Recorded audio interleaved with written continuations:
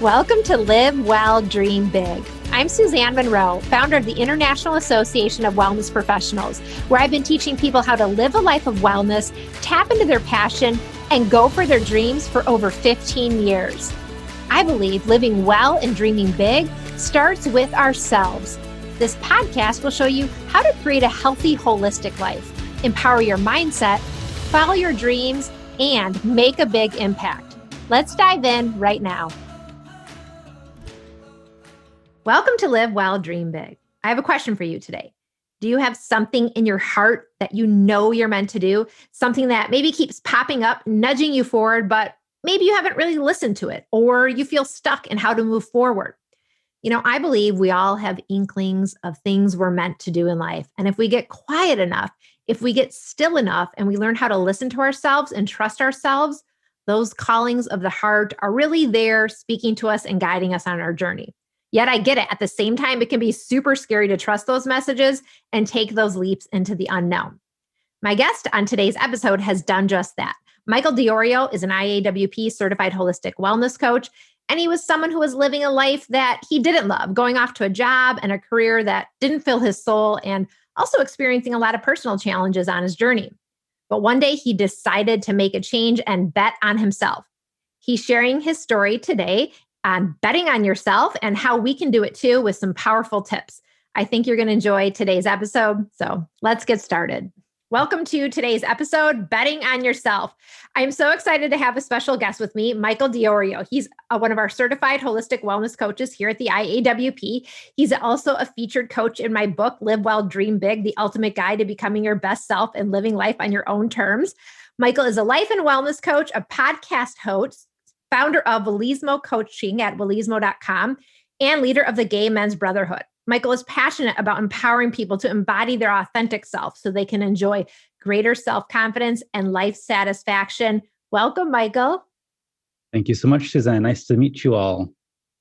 Yeah, I'm so excited you're here. So excited to have you on Live Well, Dream Big today and just connect with you more personally. And I'm really excited for your topic, betting on yourself. Before we get to that, though, I'd love to kind of just start out by hearing from you a little bit more about your backstory and kind of your journey to becoming a wellness coach and being out there today doing all the great work that you're doing in the world. So tell us a little bit about that if you don't mind. Sure.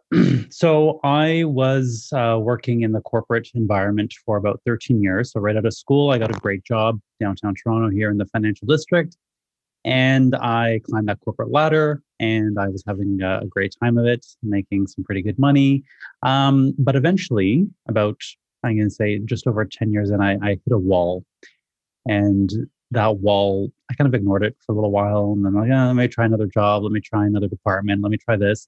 And it just wasn't going away. So I got a little bit apathetic. And so I had actually worked with a coach also from IAWP, Natalia. And she had told me about the IAWP. And then I was like, oh, that's interesting. I didn't know that was a thing. I didn't know coaching was even something that was possible.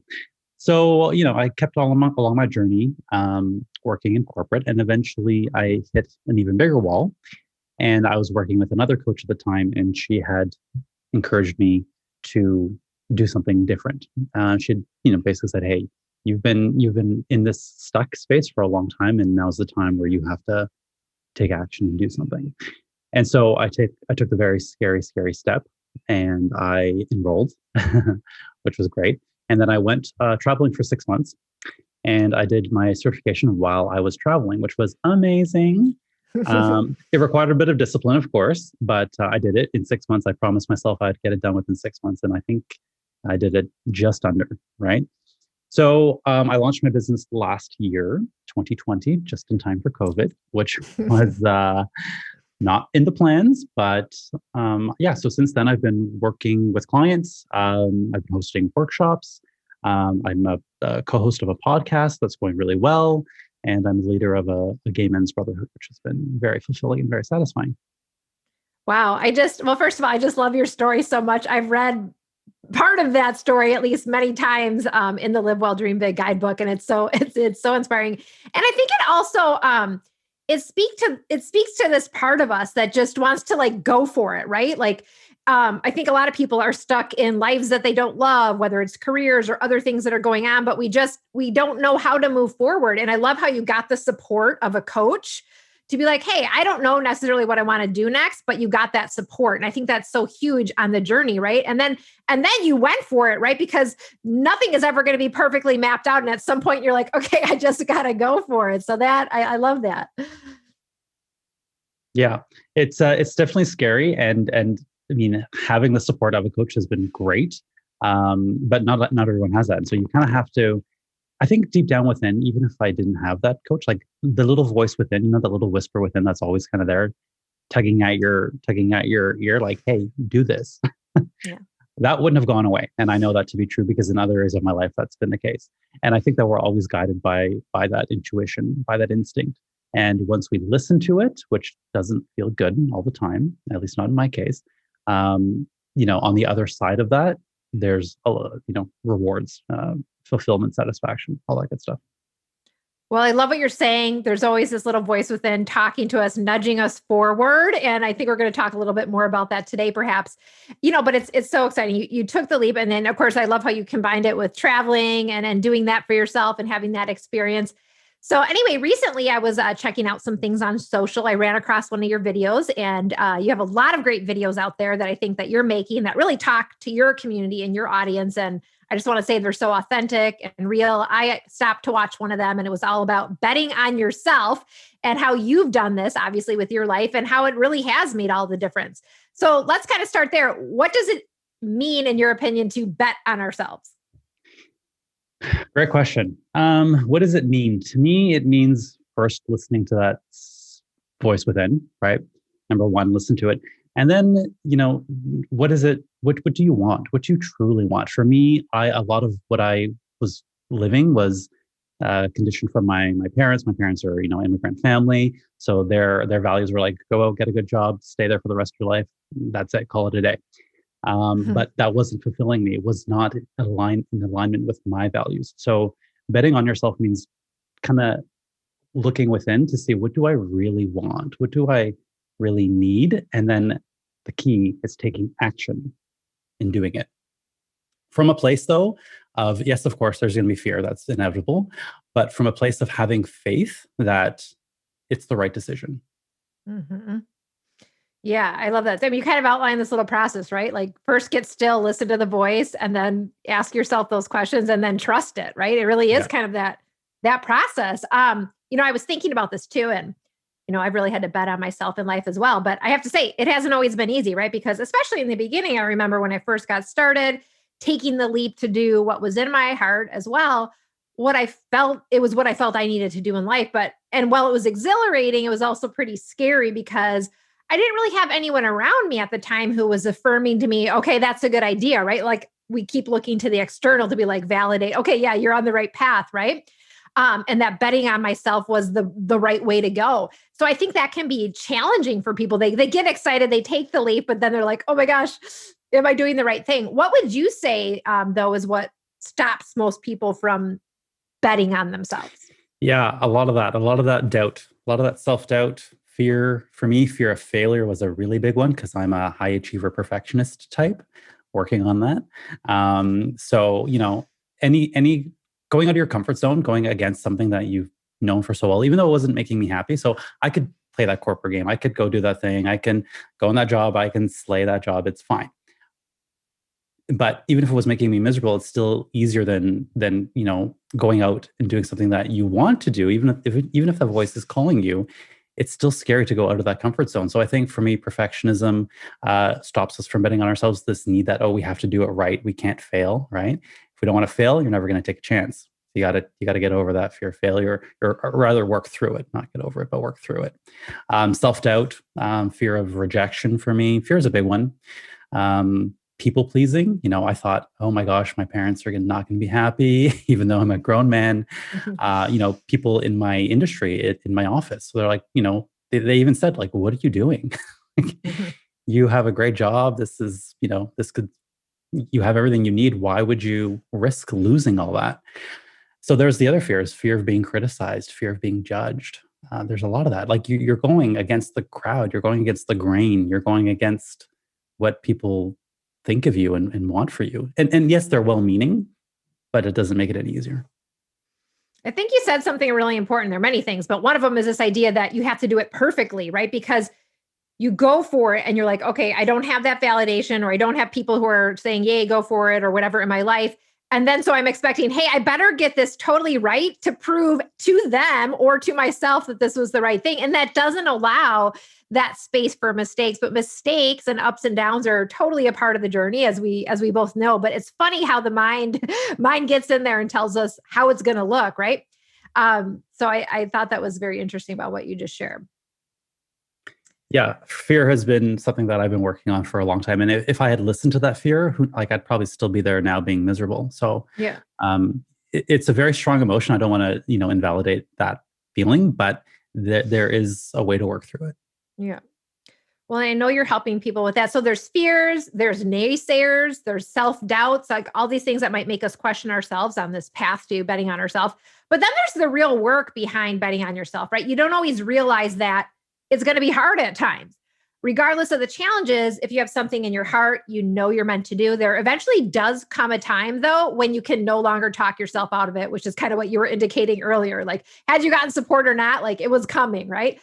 The passion becomes bigger than the fear, and the pain of not doing it becomes greater than the pain of going for it, right? So that's how I always think of it.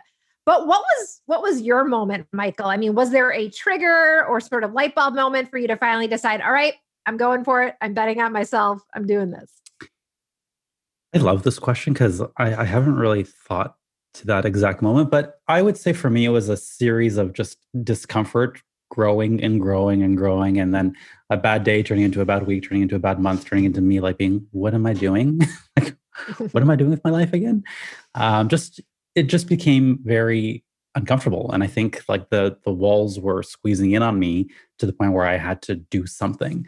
So for me, it was a sense of apathy. I'm a journaler. I love writing. I remember writing in my journal day after day, like, I have everything I want. Why am I so unhappy? Like, I'm healthy. I've got friends, great family. I live in a great place. There was just something that was missing. And it really forced me to do the work within. I would say that heaviness, it came up as apathy, feeling stuck, feeling heavy, and not having that direction to be like, this is what you have to do. Like, there was nothing. I knew that I had something to do or to contribute. I didn't know what it was. I didn't know how. I didn't know where. I didn't know who. None of that was there. So if I felt stuck, and I remember thinking for sure as I was going to work, one of the things that I always talk about is how I hated going to work in July with a suit and tie on. And I was just like, why am I doing this? This makes no sense. I live in Toronto. It's very humid here in the summer, about 100 degrees. And it was these little things that just made me stop and ask myself, why am I doing this? There must be another way. Yeah. I love that. I mean, our story, as you keep telling your story, I'm like, oh, it kind of reminds me a lot of my own story too. Some of the things I was thinking. And I also can't remember my exact kind of trigger or light bulb moment, but I do remember for me, it was similar to you. It was a series of like little triggers that just kind of kept building up and little light bulb moments. And finally it was like, okay, this is the time, the bubble's kind of going to burst. And yet I think when that time comes and you decide you're going to move forward with following your heart, doing what you believe you're here to do, it can be both thrilling and scary. I mean, what did it feel like for you, or what did it look like for you when you decided, okay, I'm taking the leap and I'm going for it?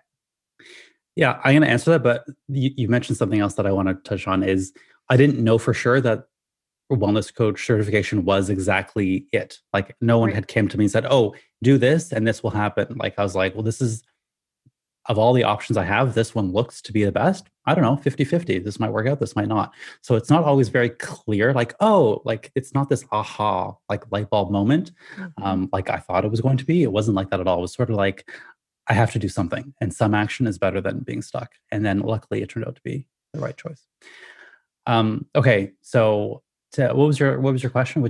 I was thinking you get to that moment, and I think you've kind of indicated. I'll see if you have more to say about it. But the reality is that some people, it's like a light bulb moment. They're like, I know this is what I meant to do, whatever it is, becoming a wellness coach or some other path that you're going on. And others are kind of like, hey, I have to do something. This feels right. I don't know where it's going to go. But I was saying, it can be very scary. It can be exhilarating. There's different things that you can be feeling. I think it's kind of nice to set the stage for people so they can be like, okay, what is this going to look like if I decide to go for it? But I was really curious, like what it actually felt like for you when you did decide to take the leap. Was it exciting? Was it scary? Was it like, and it sounds like on one level, it was like, hey, I'm just doing this. I'm not totally sure if it's going to work out. Yeah. Very scary. Very, very Yeah. scary. I think that's what prevents a lot of people from doing it because it feels counterintuitive. It feels like if it feels scary, then I shouldn't be doing it kind of thing. Mm-hmm. But yeah, definitely a lot of fear. But also, if I let my mind, and I know mindset is very important, if I let my mind kind of go on the other side of that fear, it's the same as excitement. The only difference is how I'm thinking about it. So if I thought more of what the opportunities are, then it turns into excitement, like, oh my gosh, being my own boss, helping people, achieve their goals, helping people like me who, I wish I had someone like me when I was growing up. And then from that mindset, it was very exciting. But from a practical standpoint, I'm a very pragmatic person. That all the fears were like, no, this is a terrible idea. Like you're giving up the security. You're like, it was more so what I'm giving up, not necessarily what I'm gaining. When I think about what I'm gaining, excitement. When I think about what I'm giving up, fear. Right. And there's that balance. And I think that's interesting what you say too. Like there's the other side of fear. Like the fears can be very real. And this isn't the case with all fears, but oftentimes there is a flip side to it where it's like, okay, what's the opportunity here? What's the positive? But we don't tend to look at that right away, right? Because we're just like over here. I'm just so glad we're talking about this because I think so many of our Live Well, Dream Big listeners are on the path to not only living well, but also dreaming big and deciding to make a difference and maybe follow their purpose and passion in life. But yet, because you don't exactly know how it's going to look or you don't know how it will work out, sometimes you can feel like you're just stuck. You're standing still right before you get to that moment where you say, hey, I'm going to do this. I think talking about this helps because it paints a picture of what's possible, but it also speaks to the fact that it is a journey, right? You don't know exactly what's going to happen. You might have an idea of how it's going to work out and it goes completely different. Could be positive or negative. So, Michael, how did it impact you for like other areas of your life once you decided to, I guess, really trust yourself and go for what you wanted, even though you didn't know exactly how it was going to work out? Liberating. It definitely felt liberating to do it after I did it. And the great thing for me in my experience is that as I did it, the right people sort of showed up in the right books and the right YouTube videos. Just things sort of started coming together. But first, I had to take the action. First, I had to demonstrate that I was in it to win it. I've talked about this with IAWP. Like when I joined that Facebook community, I was like, oh my gosh, there's people like me. Like, this is great. I felt like I was Harry Potter going into Hogwarts. Like, this is amazing. I didn't know that people were as passionate about personal development, as passionate about wellness as I was, because I certainly hadn't seen it very much, especially as a man. It's not really common for me. So that was very nice. And so I saw a lot of impact in that. It made me more confident because I bet on myself, and that felt really good. It's like I did this for me, and it's so rare that we do things for ourselves. Yeah, that's an excellent point, right? We spend a lot of time doing things for others or what we think others want us to do or what we should be doing. And yeah, that's rare moments in life where we actually say, okay, I am going to do something for myself. And what I love about it, again, back to what you said, you're doing something for yourself without really the attachment of knowing how it's going to go, right? So that's even like bigger because if you do it knowing it's going to go perfectly or you're going to replace your income immediately or all these expectations you have are going to happen immediately, yeah, it's maybe even less about yourself. So I think that's really important. We've been talking about betting on yourself and really listening to yourself and following your heart, but let's just talk now about what the real impact of doing that is. Like, what are the real results? Because sure, I think it can all sound good. And yes, there's going to be challenges along the way, as you've said. But first of all, what would you say are some of the real benefits of betting on yourself? Like, how does this play out? Yeah, confidence. That was probably the biggest thing is I developed confidence to know what it's like to face fears and take that leap of faith. It's kind of like jumping into a cold ocean. Like the first time that ocean is big and cold and you're like, I don't want to go in it. And the first time is the hardest. And then you go in, you get used to it. You're like, okay, that was doable. And then you get out, but then it's easier to do it again and again and again, because you know that you can survive that, you know that you can face fears, you know that it's not as scary reality isn't as scary as it seems. There's that quote, I love, feel the fear and do it anyway. Mm-hmm. You can read the quote all you want, but not until you actually do it. Does it thrill and the benefit? I think for me, that's the benefit, because for a long time, fear stopped me from doing a lot of things in my life. Mm-hmm. Well, I think the confidence piece you mentioned is so important, right? You don't do it until you actually do it. You don't know what's going to happen. And so you don't have that confidence. And yet we get held back by these fears, but fears can be overcome, and they also can be kind of managed in a way for us to see that, hey, they weren't as big and bad and ugly as we thought, but we don't know that until we try it out. And it's kind of like a muscle that you have to use. You're like, okay, I did it here once, and I bet you're doing it again now as you build your practice and you get out in the world. It's not going to end. You start using that muscle and it's like, okay, you're going to be using it again now. Every day, Suzanne. Like, I was asked to co-host a podcast, and when they asked me, I was like, absolutely not. Like, I don't like being on video. I don't like my voice. I'm an introvert. This is not for me. But having been through these kinds of fears before, I was like, oh, wait a minute, these fears sound very familiar. And guess what? When I took that chance, great things happened. So I'm going to take this chance too. And I'm going to take this chance too. And so when you keep doing that, and then the other thing I would say, the other huge benefit as a coach is, of course, I can coach people through this, because when I hear their doubts and fears, I was like, okay, this sounds familiar as well. And I know how to coach them through that the same way that I do it all the time. Right. How can we support others to make big leaps and challenges if we're not doing it for ourselves? I mean, that's huge, Michael. Yeah. Yeah. And I'll say also too, that there's this level of trust you build with yourself that it sounds like you really built with yourself by doing this. You're like, okay, I'm doing it again here. I'm doing it. It doesn't mean the fear goes away. It's like a level of trust. So you say to yourself, okay, I'm trusting myself to make decisions that are best for my path, or I'm trusting my heart. I'm trusting in something greater. And I found when you do that, it's almost like the universe or God or spirit or whatever you call that greater source of life. It sort of rises up to meet you. As you were saying, you did it, and all of a sudden the right videos show up, the right opportunities. And it's kind of like, okay, you're trusting me. Let's do this. There's more to come. But I think if we stay in the fear, we don't get those opportunities in those moments. They don't come by us, because we're not ready. We're not willing. Yeah. You have to take the action first. I wish it was the other way around. I wish that someone had just popped into my office while I was in that corporate job and said, hey, we would like to, offer you this opportunity, and here's what's going to happen. And here, let me lay out the plan for you. But that's not how that works. I think, at least in my experience, you have to take the jump first, and then the universe rises to meet you, but you have to take that first step. Yeah, you do. And that first step can be the hardest. So what happened to you, Michael, in your life as a result of making the change? I mean, you decided to go for it. You left your steady job to leave the world that said, okay, this is how you do it. I mean, what really does happen after that? What does it look like on the other side now for those who are like, okay, I'm thinking about betting on myself? Yeah. So if you can, yes, there will be fear. Yes, it'll be hard. Yes, there's challenges. That's not always fun and easy. But on the other side of that, personally, I feel way more fulfilled with my life, with what I'm doing. I'm helping people, something I've always wanted to do. I've always wanted to make an impact to even just even just 3 people. I always say this with my videos, even if just 3 people watch this and get something out of it, job done. So definitely more fulfilling, more life satisfaction in general. In a skill set wise perspective, I have gained so many new skills that I would not have gained if I had just stayed in that particular job I was in. I've learned how to build a website. I learned how to write a blog. I learned how to be an entrepreneur. I learned about content. I learned about marketing. I learned about all the social media things that help to that. I've become so much more empowered because I've taken control over my life.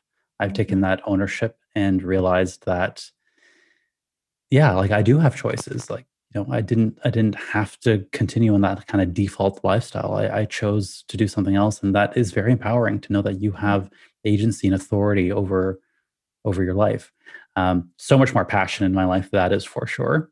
Mm-hmm. Like I used to wake up and be like, oh, it's Monday. I got to go to work. Well, now I'm like, I get up. I'm like, okay, what am I doing today? Like, is it a podcast recording day? Is it a client day? Is it a content creation day? And each day is something enjoyable, even if it's not like, if it's like an accounting day, not my favorite day, but it's still for me and it's still contributing towards my overall success. Yeah. I love what you said, having that agency and authority over your life. No matter what happens from this point on, it's like nobody can take that sense of empowerment away from you. Like, no matter what challenges you face on the journey, like that piece is so huge because you have that with you, And so I love that you said that. Yeah. So, I think it's important to let people know that just because you decide to follow your passion and go and do good work in the world or bet on yourself in this way that, it doesn't all go perfectly. It doesn't always go the way you planned. In fact, I'd argue that the more you're willing to trust yourself, the more opportunities are going to show up that are probably going to challenge you to keep trusting yourself. It's really a personal growth journey. It's why I say becoming a coach is the greatest spiritual personal growth Yeah. journey development you will ever go on, because it's almost like, how much trust are you willing to take in? You raised your hand and said, I'm doing this. I'm taking that trust. And you've said yes to the journey. And now, are you willing to keep saying yes to the journey? I don't know if you've found that experience to be similar. COVID has been the greatest example of that because I got my certification through IAWP. I think it was the 30th or 31st of March. And that's just when everything was shutting down. So I had planned on, I contacted, as you teach, I contacted all these places in the area that I live to do talks. Great, no problem. And then, sorry, no more of that. So I had to find another way. And that's where social media kind of came in. I was like, okay, I better learn. I better get myself on video. I better get over my fear of visibility, my fear of seeing myself and listening to myself. And, I thought that was going to be a lot easier than it was. And COVID certainly made it hard. My doubts at the time were like, okay, see, this is what you get, that you shouldn't have done this. Yeah.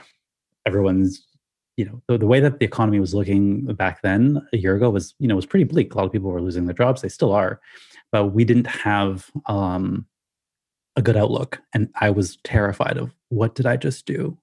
Mm-hmm. And so, yeah, you're right. Exactly. It called on me to have even more faith and trust even more and work through that. Again, it's not like it ever ends. It's not like, that fear, at least for me, doesn't really go away. It just continues and you just have to keep working through it. But it does, in a way, it does get easier because you see the pattern. At least for me, my patterns are like, oh, what if? What if? Once I'm in the what if phase, I'm like, okay, I know that I'm going deep into anxiety, and that's not going to serve me. Yeah. And I mean, it's interesting, right? You had the fears and stuff come up. You're like, okay, there they are again. But because you've been doing the work, you could have just totally gone into fear being like, hey, this was totally unplanned for. But instead, you took your own advice, which you shared earlier, is like you took action. You're like, okay, I don't necessarily want to do this, but I guess I'm going to have to learn how to do this and do this. And now, and so it does, it takes you down different paths that maybe you couldn't have expected. And so knowing all that, I guess, knowing that there's ups and downs, but it's totally worth it. Let's talk a little bit about some of the tips you would recommend that others take right now if they know they really do want to bet on themselves. Maybe they've been stalled out up until now, or holding themselves back for some reason, or experiencing those kind of fears. I mean, give us the cliff notes, Michael. I know you go deep dive into this with your own clients, but what are some of the top tips that people should take in right now? Yeah, and I took these right from my program too. So, okay, cool. These are hard to pick. I had to pick just three. So, number one, I would say, is take ownership. Right, and that's the most important step. Is realize that you are writing the story of your life, and you are the author of that story. So you can write yourself any way you want. I would suggest writing yourself as the hero, the person who faces challenges, circumstances, unexpected things, and still gets through it. On the other side of it is strength, resilience, abundance, whatever you want. You're the author of your story. So what's right for me might not be what's right for you. Either way, spending that time to realize, wait a minute, I do have choices. I don't have to stay in this job. Is it scary to leave? Yes, but I don't have to stay. No one's making me stay. And one way that I love to do that is to imagine, as I said, I'm a journaler, and I love future self journaling. So basically, for me, that's just stepping into this vision of the future where I have everything I want and everything is going perfectly. So this sort of utopian vision. And I ask that version of me what to do. And that version of me knows the right way. And, he is fearless because he's already been through it. And so the advice that I get from myself as a future state is, for me, very powerful. And that's about taking that ownership too, right? Mm-hmm. Like, even today, and when I was doing in my journal today, the future self version of me said something like, I was like, you're a leader. You just don't think you are, something like that. And I'm like, wow, that's good. But that's me. Like, I'm the one who just made that up. But yeah, taking ownership of the way you're writing a story, focusing on the vision, not so much all the obstacles there, but getting into the place of where it's already done. It's done. It's done. You're succeeding. You've got it. Whatever it is that you want, imagine you've done it, you've created it. Doesn't mean the challenges go away, but then you can ask that future version of yourself, how did I get over this challenge? What did I have to do? How did I get over that fear of being on video, of being on a podcast? Oh, okay. Don't go to the other tips yet, because I just want to chat about this one. It was so juicy, right? Like this idea of future self. I love that because, right, we have like our past self. That's like our childhood and maybe all of our wounds, and we're kind of like still living that out on a subconscious level. And then we have kind of like our present self that's tied up in all those fears and things that are going in life. But I love what you're talking about. There's this future self. It's hard for people to think of that there's a future self, but if you start to realize, well, you have a past self and a current self, yeah, it totally makes sense. And for you to kind of describe that and how you connect with that is so huge, because that future self is going to have that powerful voice. It sounds like it's something that has helped you to really like connect and move forward and like step out of the fear space. Yeah, totally. Because the future self version of me has already done it. So he's, like, going back to that analogy, he's already jumped in the ocean and come back out. And he's like, yeah, it's fine. Just do it. And I can trust myself, because it is myself. Then I can learn how to trust myself through it.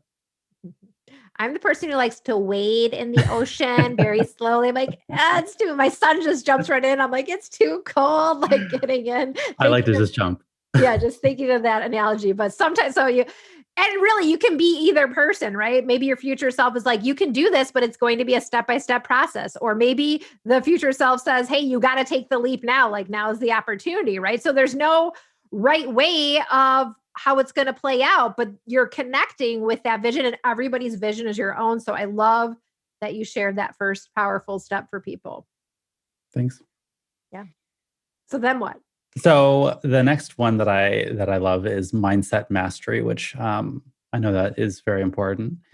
For me, there's so much that can be put into this, but I would say specifically, there's that PDF, the Empowered Coach Mindset. That is wonderful. I think that is a fabulous resource. It talks about all of the different kind of mindsets that are required, but specifically for me, I would say kindness and compassion. Because a lot of my journey has been, self-critical, high achiever, wanting to get things right and perfect.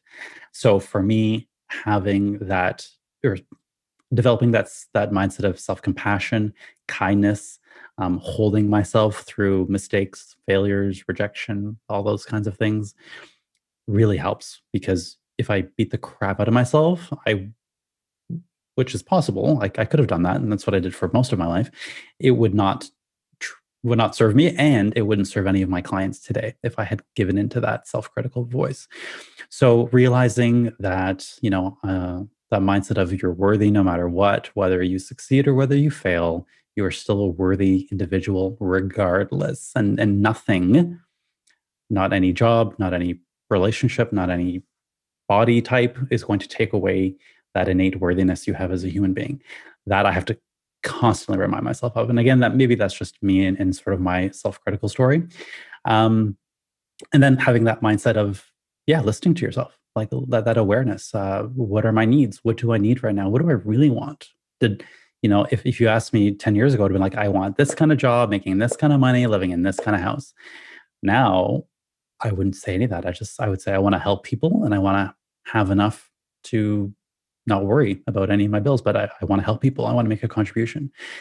But that was never sort of given to me as an option. I kind of had to discover that for myself.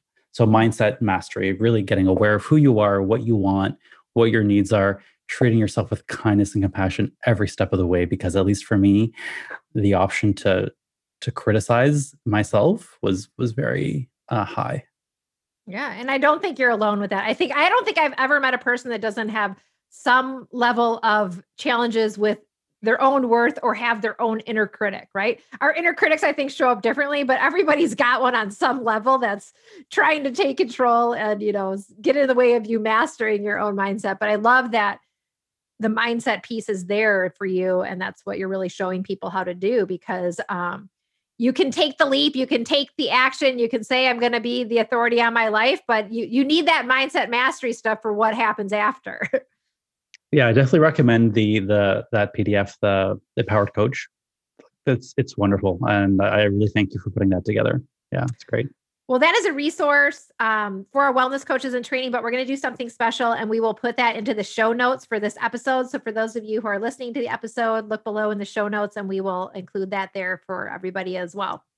So Michael, I know there's so many tips, but you're going to share at least one more with us on this journey. What is your third idea here? Yeah, this one's the hardest one. Take action. Hardest, but simplest. Take action. Do. And what I found is that when I'm stuck and then worrying in my thoughts and anxieties, it just means I'm too much in my head and not enough doing. So it's too much thinking, not enough doing. And of course, we need a balance of both. But when I'm feeling very anxious, what I found is getting out of that worry mindset and just taking action, even if it's one small step, even if it's just one small thing. Like, I'm not saying go out there and do an Instagram live on your very first try, but taking small steps each day, that compounding action will create a result over time. It's that compounding habit that creates the result. So take action, get out of that comfort zone. I know it sucks. I did a comfort zone challenge maybe over a year ago to get myself on video. So every day on my Instagram, I would just do a 15-second story. Like, okay, I can do 15 seconds. It's a story. It's going to be gone in 24 hours. I'm just going to get used to the idea of looking at myself on my phone, listening to it, and then putting it out there into the public realm for consumption. And it was scary, but I did that over, I think I did it 10 days in a row. And I was like, okay, cool. And now I know I can do it for 15 seconds. Not that bad. So it's a lot. I think the biggest step is taking action and not getting too stuck in the doing it right or doing it perfectly, or, oh, I'm going to read all the books about it, but I'm not actually going to do it. I kind of get stuck in that too. Like, I'm going to read all these blogs, read all these books, watch all these YouTube videos, but not until you actually do it will you see that result. I love that. I'm an expert in self-growth. I've read all about it. I haven't done it, but I've read all about it. Yeah, absolutely. The taking action is so huge. But what I love about how you've taken action is that you've had these fears, you've worked through the mindset, but you're like, okay, I'm going to give myself these little 30-day challenges or whatever they are to do something that I know is scary. But you have to kind of set those little goals for yourself, right? Otherwise, you're like, oh, I'm going to do this, but maybe I'll try it once, but you don't move forward. I feel like the way that you've really laid it out is like, okay. And but what happened by the end of that 10 days or that time period? It sounds like, how did you feel differently about the fear that you originally had? Yeah, it didn't even take 10 days because it was only 15 seconds, right? I chose something very easy, very small, so I can get that early win. And it actually became fun eventually. I was like, okay, the only person who's complaining about my voice is me. No one else has said boo. In fact, people have been entertained and they like it and they like seeing me, blah, blah, blah. And so it's like, okay, so this is clearly all in my mind. It kind of proved myself wrong. I had to give myself an opportunity to prove my fears and doubts wrong. And then once I did that, I started to sort of unravel all the story that I had built about, oh, I'm not a good speaker, and all these other doubting voices within me. So it became more fun. Now, like you said at the beginning, I do videos all the time, and it's still scary, but it's not nearly as scary as it used to be. Yeah, I think that's a good point, right? The fear doesn't totally go away. It dissipates on some level. Yeah. But it sounds like you become more of a master at working with it. Like, hey, there you are again. Okay, I got to get on with stuff. So many great things you've shared today, Michael. I'd love to hear more about what you're doing to make an impact in the world since you've decided to bet on yourself. And how are you helping people specifically today as a wellness coach and all the great things that you're up to? Yeah. So I initially wanted to start on this journey to help other gay men. because I found in my community there were a lot of people who were suffering and they didn't really have the tools to help themselves. So that was sort of my initial reason for wanting to do this. However, since then, I've realized that the same tools that help gay men really help everyone. It's the same kind of thing, just with a slightly different audience. So right now, I am a life and wellness coach, and I do primarily serve the gay community. However, I've had clients from all over the world, male, female, straight, not straight. And I think what I really like to do is help people who are at a crossroads in their life. So they are at that space where they kind of are being told, from their higher selves, time to bet on yourself. What are you going to choose? Are you going to go this way? Are you going to go down the same path as always? And I help them through that, and I help them create the foundation for what they need. So again, that mindset mastery, how to take action, all of that stuff. Help them through that so they set the foundation so that they can succeed on the other side of it. For example, clients who are retiring, right? A lot of people are starting to retire. And so I've helped one person with, he's 60 years old. He's like, now what? What do I do with the rest of my life? And so we're developing that. Another one's going through a divorce. She's a young woman and she's divorcing her husband, and she won't know where to start. So I'm helping her, guide her through that. Other people starting businesses. So I think for me, I really enjoy helping people that are at that crossroads and giving them those tools. I love the crossroads piece. That's so huge, right? Like that is your story. And now here you are supporting others to make that transition. So many people are going through different transitions. And so that's amazing that you have the tools and experience and are guiding people on their own, individual journeys. So I love that so much. And I know some of our listeners might be interested in connecting with you further or following your work out there in the world. I will be posting the link in the show notes and people can head over there. Definitely check out Michael's Instagram at wellismo_coach, because that's a lot of great videos out there, I think, Michael. Thank you so much. They are, I used to hate them. Now I think creating content, the funny thing, has become now one of my favorite things, even though at the beginning I was like, can I just repost other people's content instead? But making my own has been such a joy. It's such a blessing. I didn't know I liked this. I didn't know that I had that talent. I didn't know that I had that within me. But once I started doing it, again, once you take that action, it's like, oh, wait a minute, I actually kind of like this. I get to use my creative juices. I get to use that creative expression. And I love writing. That's always been the case. But now I get to express myself not just through writing, but verbally, directly with people. So much more enjoyable. As you're saying this, what's coming to me is maybe the thing that's your greatest fear is actually the greatest gift, right? Because here you are afraid to do something and now it turns out to be something you love to do, right? So I think you've shared so much about, what that journey can be like. And I think it's so exciting for people to think of the possibilities and to follow the steps that you've shared to take action and to allow yourself to make mistakes on the journey and see what happens rather than staying stuck and doing nothing, as you said. Let's switch gears now and go to our Talkback Time with all of our holistic wellness coaches who are joining us live for the recording of this episode. Hey, everybody out there. This is a great time to ask your questions of Michael or share your thoughts or anything coming up for you as you think about breakthroughs that you're gaining just from listening to this episode. So all you have to do is raise your hand. I will give you a microphone. Let's go over to Heather. Whoops. Heather is going to get us started off. Hey, Heather. Oh, thank you so much. Fantastic content. My question to Michael is, how did he reduce his ego? Oof. Good question, Heather. Good question. I just wanted some ideas because, yeah. How did I reduce my ego? I don't mean that to sound horrible. I just mean the striving, the perfectionism, all of that. I know what you mean. Yeah. I would say for me, it was about thinking less about myself, because in the reason I wanted to do this was to help other people, right? So I had to sort of get out of my own way. Can I reduce that ego? And in order for me to do that, one of the things that helped me was thinking, how can I help? How can I contribute? Forget about me. right? Even like I said, even if 3 people watch this video, so be it. And so I think for me, it's thinking less about myself and just more about how I can contribute, how I can serve, because the person on the other side doesn't necessarily want you to have the best video with the most polished editing necessarily. They just want help. Okay, lovely. Thank you so much. Appreciate it. Thank you. I love that answer, Michael. That's really huge because you have all these fears. You know, the ego is trying to drive so much. And it's really, if you stop and think of it, it's like all about yourself, exactly what you said, right? But if you suddenly shift to thinking about the people you're meant to serve, as Michael said, like it changes everything. So I think that's an amazing mindset shift that's very simple that you can do. Let's go over to Michaela. Hi, Michaela. Hello. Thank you so much for sharing.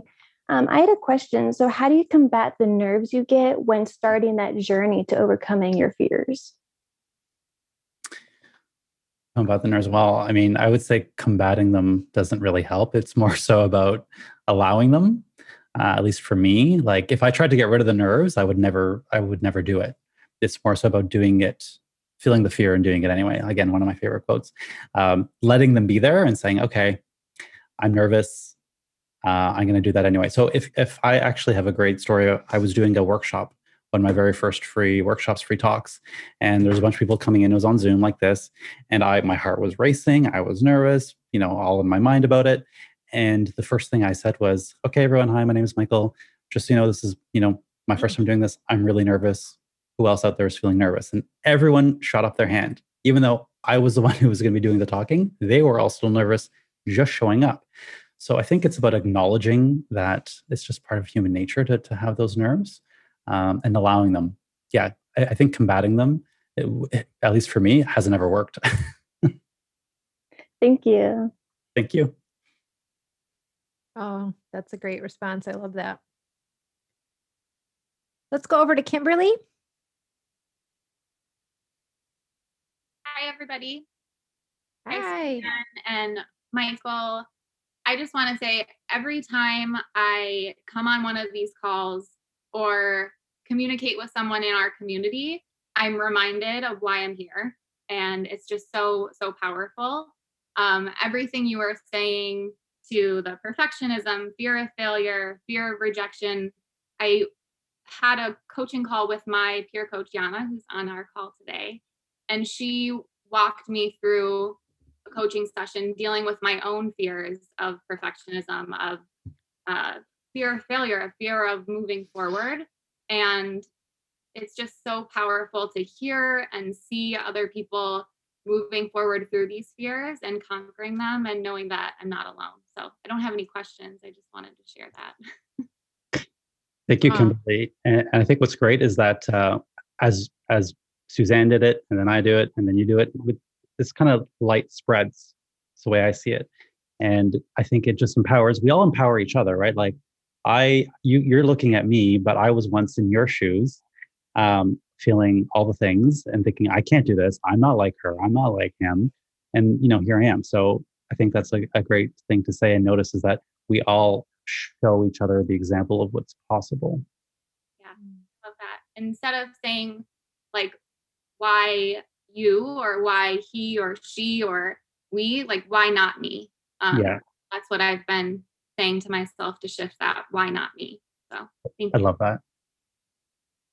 I love that too. Thanks so much for sharing, Kimberly. That's amazing. And I think that is such a huge part. Maybe we didn't talk about as much today, but that having that support, having community of like-minded people around you on the journey to whatever you're up to in life, like find those people, find that tribe, find that community, because you start to see, why not me? Look at what's happening to other people, right? And you have that support to help each other. That's amazing. Let's go over to Jenny now.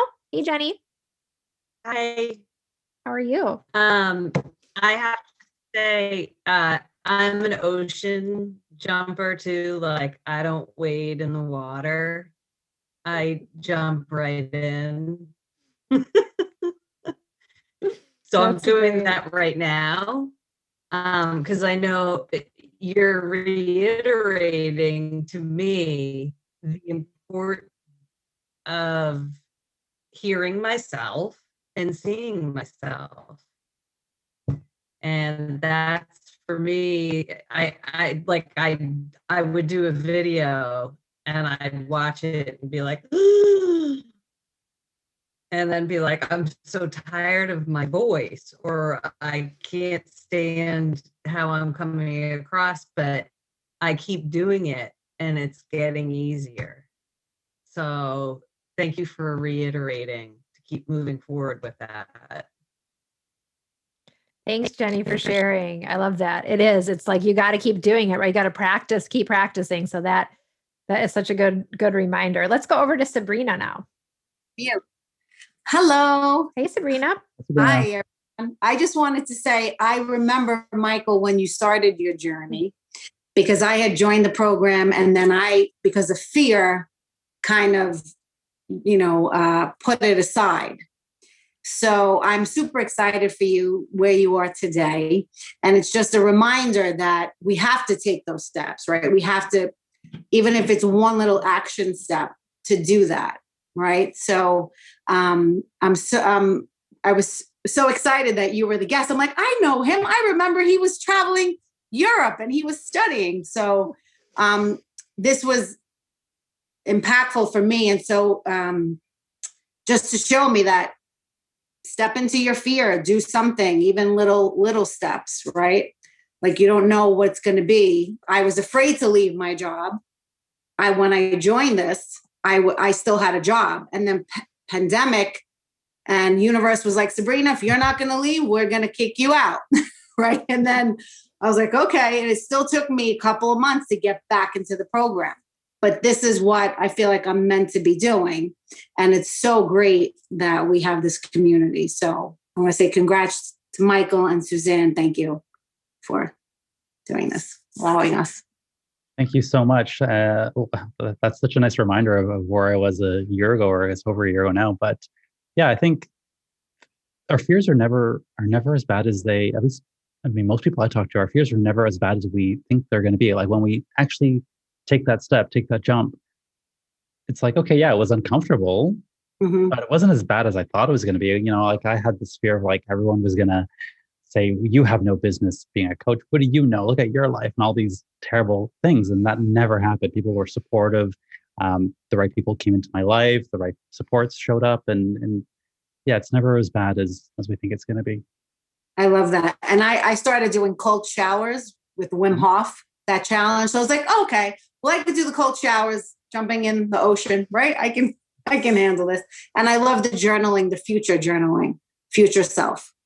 That was really helpful. Yeah, very powerful stuff. Get to the place where it's already done, and then ask that version of you how she got there. Right. Love it. Thank you. Thank you, Sabrina. Anybody else? Questions, thoughts, something to share? We'll go over to Lisa. And then we'll go to Vessel after that. Hi, Lisa. Hi, Suzanne. Amazing. Michael, I just think you're absolutely fabulous. Like it's just, I think every day we need to hear somebody's voice, and today yours was the voice I needed to hear. So my question for you is in relation to people pleasing. You said you were a people pleaser. So I was just wondering how you view people pleasing differently. And is it sort of now the people that you aim to please are yourself? Are you doing what you're supposed to be doing every day in order to serve your clients the way that you know you want to, and the way that they will get the most out of your coaching? Is that what people pleasing means to you now? The short answer is yes. So Yeah. First of all, thank you for saying that. That's very nice. That touched me in a very deep way. So thank you for saying that. And to answer your question, I would say for me, people pleasing before was doing things that my parents, and then my boss, and then society told me that I should do to be a good employee, be a good this, be a good that, even if it was against what I really, truly wanted. So I would say people pleasing isn't a bad thing if you're aligned with pleasing those people. So right now, I want to help my clients get the results they want. So I wouldn't say that's people pleasing them. I think that's just contributing and helping.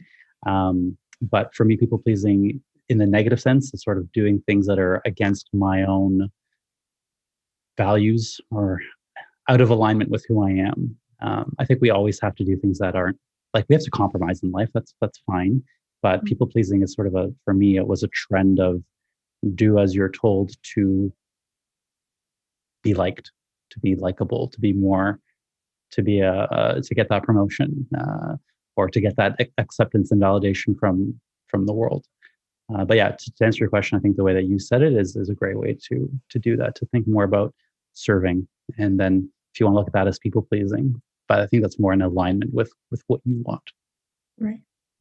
Thank you very much. Thank you, Lisa.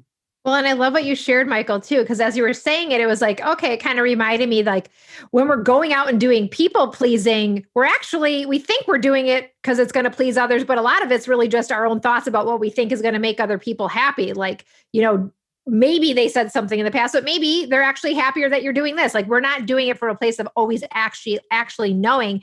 So therefore, it's actually kind of selfish because we're doing it based on what we think our own thoughts are. And it's really coming from a place oftentimes of being a martyr, being like, okay, I've done this for others when maybe others really didn't care, right? Like we don't know. So that's not always the case, but I think that can be interesting as you think about people pleasing and you think about it in your own life. So but thanks for that question, Lisa. Let's go over to Vesela. Hello, Hi, Vesela. Suzanne. Hello, Suzanne. Hello, How Michael. are you today? Hello, everyone. I'm very good. Thank you. I had to jump on this call, even if my heart is racing right now. So hopefully what I'm going to say would make some sense. But thank you very much, Michael, for your sharing your knowledge with us today, your experience. And there are so many things that resonated with me. And most of these things were covered by my colleagues, but in particular, there are two things that really resonated to me is about trusting my heart and also the focus of helping people rather than making money. These two things resonated with me because for many, many years, I have followed my head. In the sense that I have 3 degrees in business, series of certificates in business, but I actually felt that I hate business. I don't want to be in the business world because money were never my driver. And I feel that all people who love business, they're driven by the money rather than helping people. And what I was really interested was with working with people and just being in the middle of people. So. And I think at some point I moved into academia, and I found that I felt that I found my right place, which for some time it was.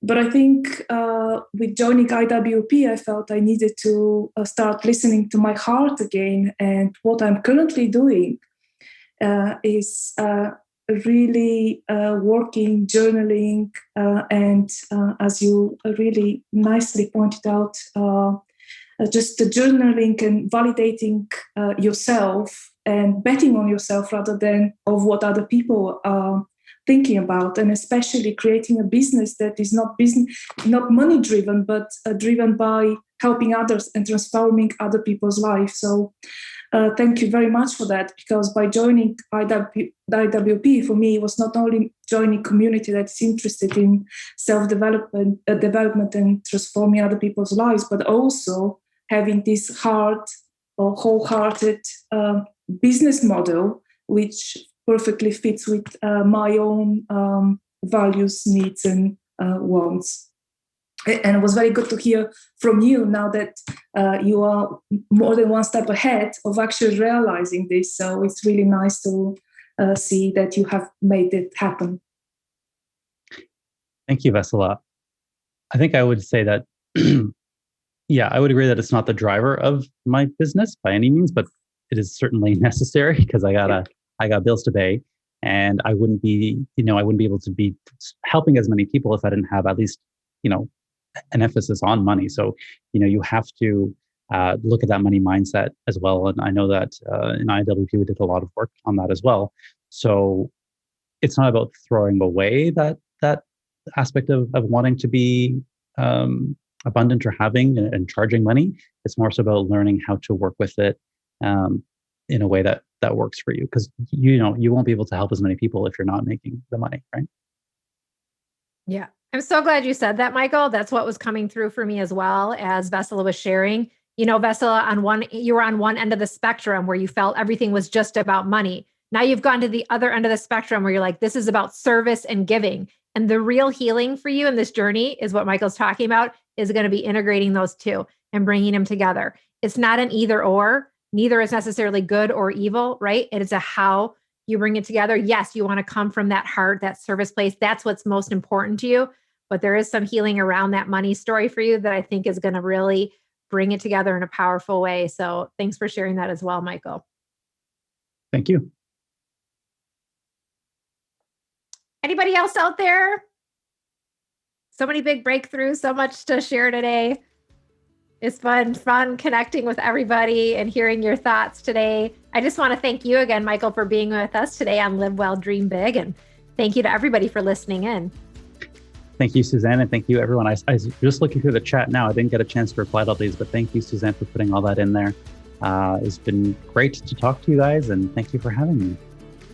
Thanks, everybody, for listening in. I look forward to our next conversation. Take care, everybody. Bye-bye. Thank you for joining me for today's episode of Live Well, Dream Big. I hope you enjoyed today's conversation, and I want to invite you to take your next step toward living well and dreaming big by downloading the Live Well, Dream Big lifestyle book. It's the ultimate guide to becoming your best self and living life on your own terms.